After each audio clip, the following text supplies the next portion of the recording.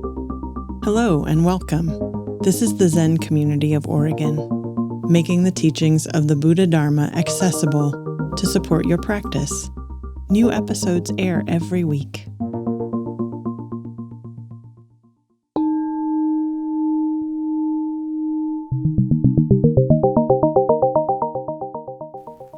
Thank you all for being here. Everybody comes to a practice center because they'd like to get something. They'd like to find something, they'd like to discover something, they'd like to know something.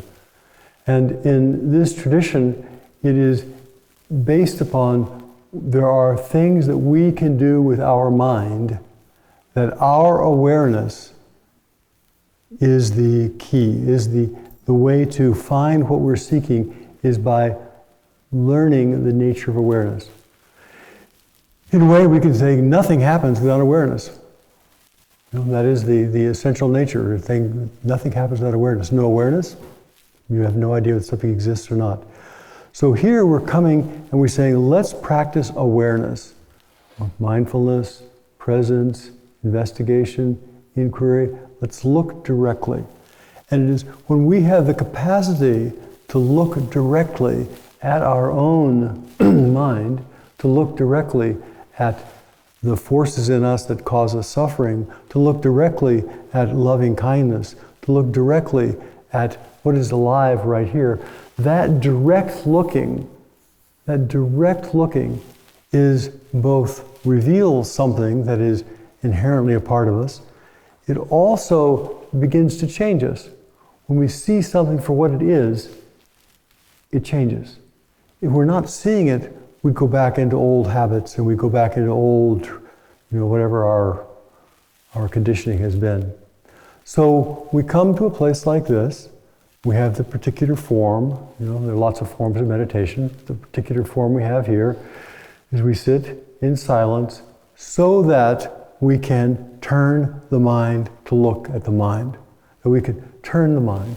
Now, so I always feel like the first thing we have to do is be present in our body. So many people are present with the media, or present in Washington, or present in someplace else, but they're not really present with their own life, not present with their own life. So the first anchor of practice is, can I be in my body breathing right now? In a way, that's the touchstone for reality. None of us knows if there is a President of the United States right now. We have lots of ideas, we've been fed all kinds of stuff, but we don't have any direct experience of that, whereas we have a direct experience of, I'm breathing, I'm alive.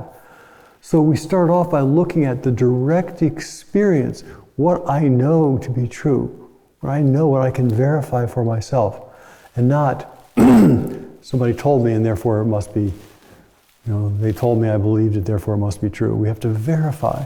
And the way we verify it is we look at direct experience right here, and to look at our direct experience right here takes awareness. So we come into a place like this, we sit down, we stabilize the body. We each have a practice, usually involving the body in some way, or sound, or something very intimate. And then we turn our awareness to what is. Now, if we're actually paying attention to what is, then what isn't becomes less important. If we're actually paying attention to what is, what our direct experience is, where life is, where our feeling of aliveness is, the place that is vibrant and intimate, then what is not alive becomes much less interesting. And lots of it just drops away. And so without even doing anything, other than being present, a lot of things that are burdening us, a lot of things that are sitting on our shoulders just become unimportant. And then we have the freedom to begin to deal with what really is important, which is based upon what we can directly know and what we can directly face. So I hope everybody comes here realizing that this is not a magical practice. It's not, you come here and if I had a nice stick or a wand or a koto has a cushion, she bops you on the head with her cushion and suddenly, whop, voila, It never works like that. Of course, life has days that are good and days that are bad, and weeks that are good and weeks that are bad, and easy years and hard years. That's just sort of the nature of things, of course. But for the kind of liberation that we talk about in Dharma, it is this piece of alive awareness, this piece of alive looking into what do we know for sure is true, the ground of being. And that's always, right here, always intimate. Now just think, if you were actually spending most of your day feeling alive and responding to the things in your life that require that life, and trying to give life to your life by meeting, the dishes and the floors and driving and all the things that really require your direct presence, and you let go of all the other stuff, wouldn't your life be a lot lighter? Wouldn't you be a lot more available for relationship? Wouldn't you be a lot more willing to feel the breadth of your own humanity? So that's part of what the practice is. It's not a magical thing. If you just believe this, then you'll be saved. It does not work like that, certainly not my experience. But if you have the confidence to actually say, I want to sit down, I want to really look, where do these thoughts come from? What is it that's aware of this body? Can I really and truly feel the energy, the life energy that's moving through me? There's something very awakening. There's something very alert and bright right there. And it's free. Not only is it free, cheaply free, but it also is always inherently free. Our life is inherently free. From the outside, of course, we think anything but. We get all the propaganda from all the media, and you're only free if you can now get a new what's-it from Amazon delivered tomorrow. Then you'll be a step toward freedom. And of course, we have our houses piled up with stuff that's all going to make us better, happier, wiser, easier. And some people have a habit of throwing things out very readily so they can buy more things. Their house looks empty, but it's only empty because they've got the conveyor belt of acquiring it. And some people don't acquire so much. Nothing is going to give us liberation. Everything, lots of things will give us a temporary feeling of exhilaration. If you ride a roller coaster, I guarantee you will be excited. That's what they're made for. But excitement is not happiness. If you get a new house, or a new car, or a new horse, I guarantee when you first get your house, a car, or horse, and maybe for 6 months or a year afterwards, you'll feel, wow, I'm so glad. And then you become a homeowner. All the things start falling apart, and the bills that come due, and all the stuff starting to protect your territory. So the nature of life is it will go up and down, good days and bad days. So what we're looking for in practice is the possibility that there is liberation, whether it's a good day or a bad day. The possibility that there is something alive and precious, whether it's easy or hard times. Possibility that there is something that we can respect and feel loving kindness with, even if things are falling apart. And so, now what I've been discussing last few times is transforming problems into wisdom. And in a way, that's what I was just talking about. We have a problem, and different times we've talked about this, like, what's a problem? A problem is something I don't want to be happening, something I need to meet and kind of turn it in a way that will be beneficial for me. Problem is an obstacle. Problem is a challenge. And we all have lots of problems. We all have lots of challenges. So in a life that is full of challenges and full of problems, how do we turn that life? How do we turn that life into wisdom? How do we turn that life into a beneficence? And that's part of what we've been discussing. The first thing we talked about is stabilize the mind, get in the present moment. This thing I was talking about reality. Second thing we talked about is, not second, but one of the things we talked about is seeing things from a bigger and bigger perspective. What happens with a small mind is we begin to go crunch, and we only see the immediate struggle with a particular situation. Our mind narrows down, and it's just sort of me and the problem. And so one of the aspects is to actually see, oh, there's bigger truths here, there's bigger truths here, there's bigger truths here, there's bigger truths here. And that by seeing the larger truths, then somehow the small identification begins to loosen. So for example, at the monastery, where I live, Great Val, Klatskanai, there's a potential of a plant called the Next Renewable Energy plant that's going in a mile down right in our visual field. $3 billion. It was $2 billion originally, now it's gone to $3 billion. $3 billion plant. Now, not particularly great idea. We could get very small and say wrong, bad, and start listing everything, and get really upset and be distressed and be uncomfortable about it. That may be true. That may actually be true. And it may be true that the tax money it will generate will help the schools. And it may be true the tax money it will generate will help all the roads. And it may be true that there'll be a whole lot of local jobs. Right now, Columbia County, the commissioner told me we only have money in that county for, I think, 5 miles of road paving or maintenance. It's a really poor county. So it may be that one of the ways of turning problems into wisdom is to expand the view, and to not only see the particular issue that you're dealing with, but also to say, oh, I can recognize this from a whole bunch of other vantage points. What are we going to talk about tonight? So we have, if our aspiration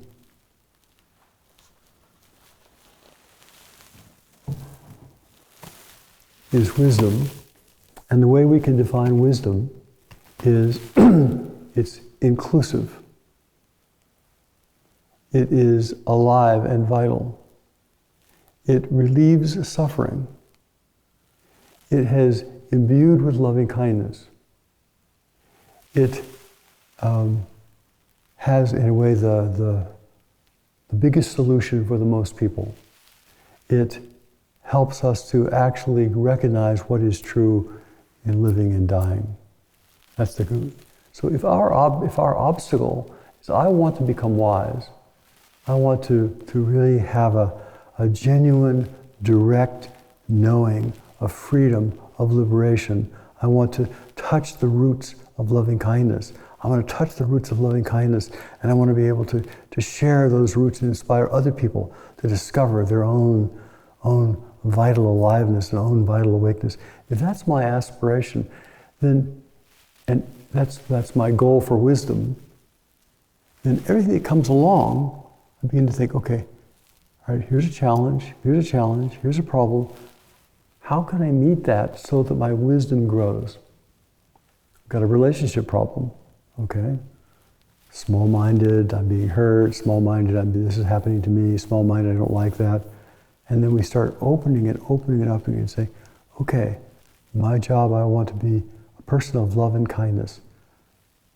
Is it possible that I can be loving and kind regardless of what happens? Is it possible that I can practice loving and kindness with appropriate boundaries, Is it possible that even difficulties can grow my capacity to love? Is that possible? And so we're in a conundrum, we're in a challenge with a relationship. If our aspirations, I want to grow in love. We may need to divorce the person, we may need to separate, we may need to do all kinds of things. But if our aspirations, I want to have the heart of loving kindness. And this very difficult situation is giving me an opportunity to grow my heart of loving kindness.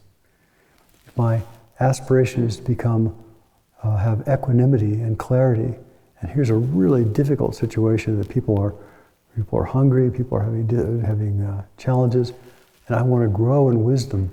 Can I use that situation to grow in clarity, wisdom, openness, so that I can meet it?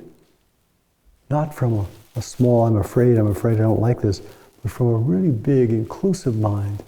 I said, oh, okay, here's an issue that we're dealing with. It's a personal issue, it's a social issue, it's a state of mind issue. Ah, okay, I'll meet the whole thing.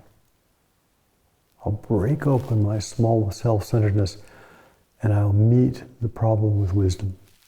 When our aspiration is to have that kind of wisdom, everything that comes to us is a challenge of, can I hold this in a bigger way? Can I hold this in a bigger way? We have someone in our Sangha who had a bad stroke, hemiplegia, lost their left side of their body. And I'm just so impressed by what they have learned. We are going to die, our bodies are going to fall apart, that's just a given. But this particular person has grown so much in wisdom and just appreciating life after her stroke. Appreciating life, appreciating that the fire alarm went out of the place that she was staying, went off at the place she was staying, and all the sprinklers let go last night and drenched everybody. And she was sort of laughing and thinking, isn't it amazing, rain from heaven. To be able to see all the sprinklers, being rain from heaven is wisdom. You could take it in many different ways.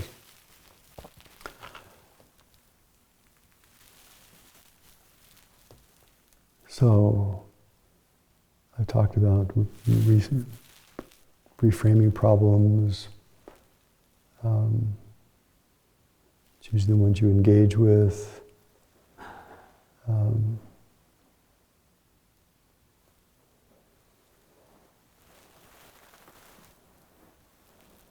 so one of the things that we can all observe is there are many, many realms of life. There are realms where there are animals in those realms. There are realms where people are living out in the streets. There are realms where people are caught by addiction. There are realms where people are mad with power hunger. There are realms where people are living in harmony with the soil. There are realms where people are just in kind of blissful state. They have, music and art and love and things seem, at least on the outside, so beneficent. Part of I think our practice is can we be human and recognize in ourselves all these different dimensions? And can we hold in ourselves these different dimensions with warmth and loving kindness? Rumi has a poem called The Guest House, and he basically just says, I throw my doors wide open and I allow all the guests to come in, easy ones and hard ones and difficult ones and ugly ones and bright ones. And we're filled with all those same guests. It's all part of who we are. So we come, we sit down, quiet the mind, we begin to learn to pay attention to all parts of ourselves. And of course, the parts of us are the parts of the world.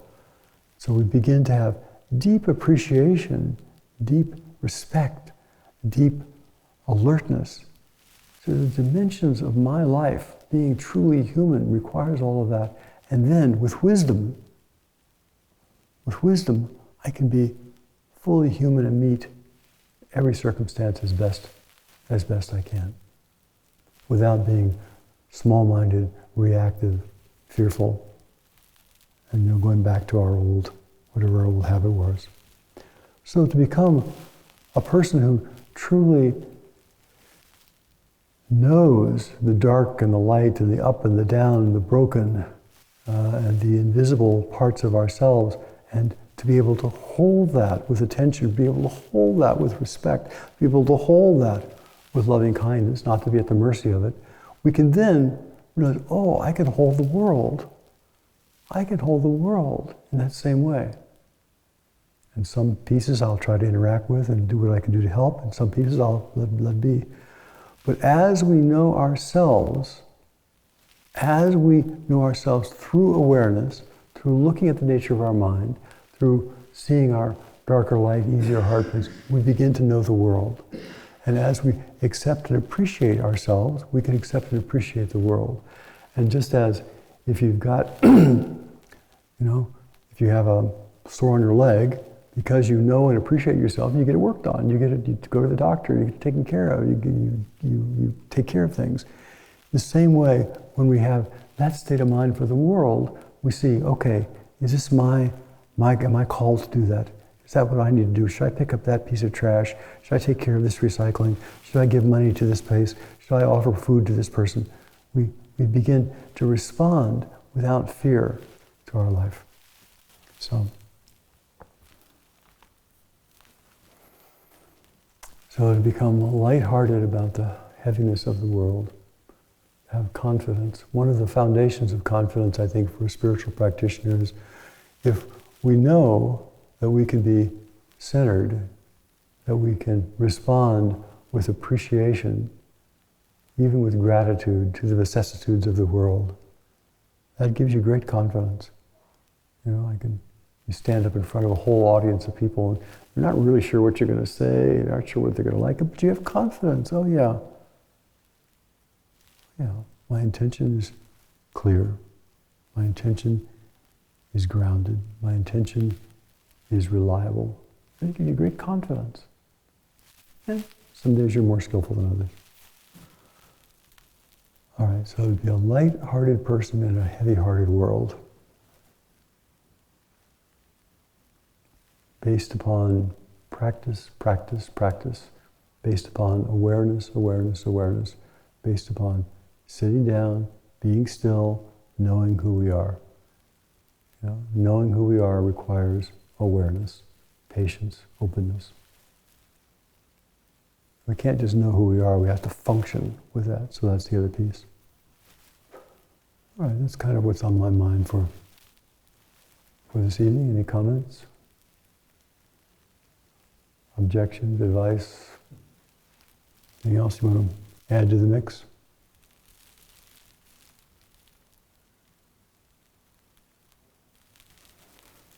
Sometimes I was listening to something as I was coming down here. I was listening to a guy named Anthony DeMello, one of my favorite authors. I realized, he would say one line, and you could actually turn the radio off and I could contemplate one line. It didn't need an hour of talk, but one line. So we could just contemplate one line. Shantideva says, if you can do something about something, do it. If you can't, forget it. Don't worry about it. One line. We could take that as a motto for the rest of our life. If you can do something, it's basically the Serenity Prayer. And I would actually rephrase it, if things call to you to do something, do it. If they don't, it's not your business. Ooh. Wow. So many problems we just solved. Dalai Lama says the same thing. The Dalai Lama says the same thing. Yeah. I think there's a lot of wise people say things like that. But we can take any line. We doesn't have to have an hour talk. We can take any single line. If we really contemplate, the Buddha says there are three aspects of practice. One is you hear something, you read something, you talk about something. You have to digest it. And then you have to put it into action. So you hear, you digest, and you function. So you hear something like this. If you can do something about something, don't worry about it. Just do it. If you can't do something about it, don't worry about it. Just don't do it. Great. That's all I got to say. Anybody else?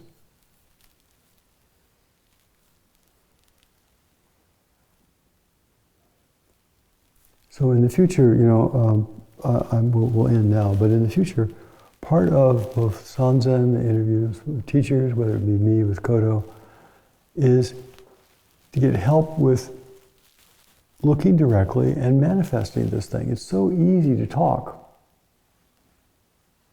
So we say, oh yeah, I got that, I understand that. But to actually embody it, it takes a little bit more effort. It takes a little bit more. So part of what I'm doing here is trying to inspire people, practice, practice, practice, practice, practice. Trust yourself, have confidence. But also if there are ways that we can kind of help tweak the teaching so that it'll be more skillful or more useful for you, then of course, always interested in doing that. Thank you all for being here this evening.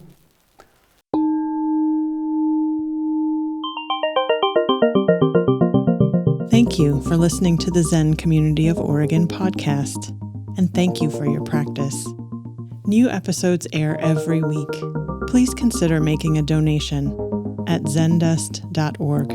Your support supports us.